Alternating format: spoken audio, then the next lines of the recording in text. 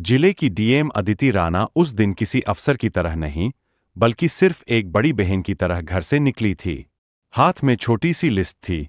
भाई आरव की शादी के लिए शेरवानी और कुछ खास तोहफे खरीदने थे।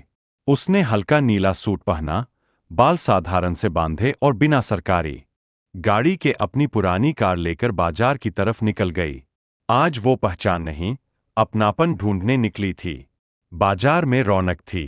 ढोलक की आवाजें, मिठाइयों की खुशबू, दुकानों पर चमकती लाइटें, हर तरफ शादी का मौसम बोल रहा था।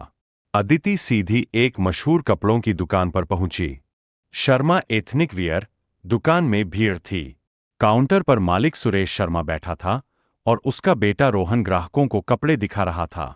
अदिति अंदर गई तो किसी ने खास ध्यान नहीं दिया। भैया, मेरे भाई की शादी है। कुछ बहुत खास दिखाइए, उसने मुस्कुराकर कहा। रोहन ने 2-3 शेरवानी निकाल दी, लेकिन उसके चेहरे पर उत्साह नहीं था। अदिति एक एक कपड़ा ध्यान से देख रही थी। ये कलर फीका है। इसका काम अच्छा है, पर फैब्रिक हल्का लग रहा है। शादी है, थोड़ा रॉयल लुक चाहिए। की महीन कढ़ाई थी और कॉलर पर सुनहरे धागों का काम। उसने जैसे ही उसे हाथ में लिया, उसे लगा, बस यही है। इसे पैक कर दीजिए, उसने कहा। पैसे देकर वो बाहर निकलने लगी, तभी उसकी नजर कॉलर के अंदर की सिलाई पर पड़ी। धागा उधरा हुआ था और हल्का सा खींचते ही कपड़ा खुलने लगा। वो वापस मुड़ी। भैया, इसमें डिफेक्ट है। ये देखिए, सुरेश शर्मा ने एक नजर डाली। अरे मैडम, इतना तो चलता है। शादी में कौन अंदर झांकता है? अदिति की आवाज अब सख्त थी। मैं पूरा पैसा दे रही हूं। मुझे सही पीस चाहिए। रोहन हंस पड़ा। मैडम, आधे घंटे जांचती रहीं, अब अचानक खराब हो गया। भीड़ जुटने लगी। सुरेश बोला, लेना है तो लो, वरना जाओ। पैसे वापस नहीं होंगे। अदिति की आंखों में आग चमकी। या तो सही सामान दीजिए या पैसे लौटाइए। बहुत नियम कानून सिखा रही हो। बुलाऊं पुलिस? सुरेश गरजा। अदिति शांत स्वर में बोली, बुला लीजिए। पुलिस का आगमन कुछ ही देर में पुलिस जीप आई। इंस्पेक्टर महेश त्यागी उतरा, घमंडी चाल, आंखों में अकड़। क्या तमाशा है? उसने सुरेश से पूछा।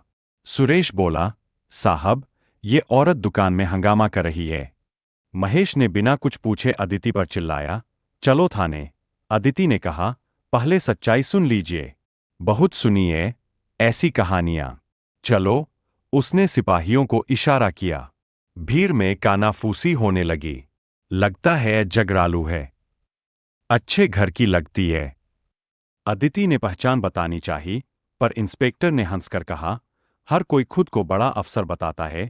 उसे जीप में बैठा लिया गया। थाने में अपमान। थाने में उसे एक कुर्सी पर बैठाया गया। नाम? हेड कांस्टेबल ने पूछा। अदिति राणा। हाँ हाँ, और मैं राष्ट्रपति हूं। उसने तंज कसा। इंस्पेक्टर महेश ने हंसते हुए कहा, बहुत तकड़ है। हवालात में डालो। लोहे का गेट बंद हुआ। अदिति शांत खड़ी रही। उसे याद आया, यही हवालात उसने 2 महीने पहले निरीक्षण में देखी थी। आज वही जगह उसकी परीक्षा ले रही थी।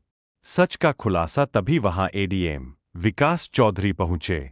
उन्होंने सलाखों के पीछे अदिति को देखा और सन्न रह गए। ये क्या हो रहा है? उनकी आवाज गूंज उठी।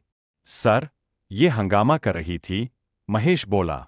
विकास चिल्लाए, ये इस जिले की कलेक्टर अदिति राणा है। पूरा थाना सन्न।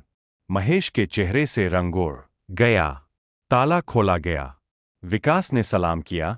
मैडम, माफ कीजिए। अदिति बाहर आई। उसकी आवाज ठंडी थी। इंस्पेक्टर महेश त्यागी, आप सस्पेंड है। और सुरेश शर्मा पर धोखाधड़ी का केस दर्ज होगा।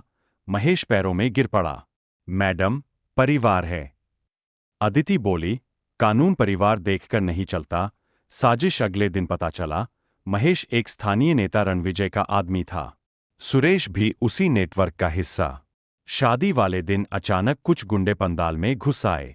शादी रोक दो, उनका सरगना चिल्लाया। दूल्हे पर 40 लाख का कर्ज। मेहमान दंग। अदिति आगे बढ़ी। सबूत? उन्होंने नकली कागज दिखाए।